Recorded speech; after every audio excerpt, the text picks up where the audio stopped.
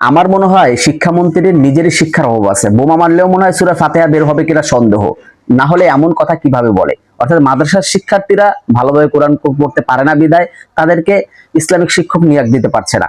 মানে তাহলে কি প্রতি বছর লক্ষ লক্ষ দেশকে পিছনে ফেলে বাংলাদেশের নাম্বার স্থান অর্জন করে কিভাবে, একম স্থান অর্জন করে কিভাবে তারা কোরআন প্রতিযোগিতায়? তাহলে কি তারা শুধু শুধু ওখানে যে টাকা ঘুষ দিয়ে প্রথম স্থান অর্জন করে?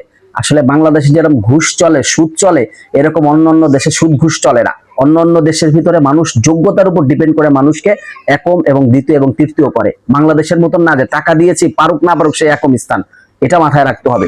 শিক্ষামন্ত্রীর আগে ভালোভাবে শিক্ষা অর্জন করা উচিত, তারপরে শিক্ষামন্ত্রী হওয়া উচিত। আরো একটা বিষয়, আমার মনে হয় তারা জুমার দিনও নামাজ পড়ে না, 5 ওয়াক্ত নামাজও মসজিদ যে মনে হয় পড়ে না, আবার তারাবির নামাজও পড়ে না।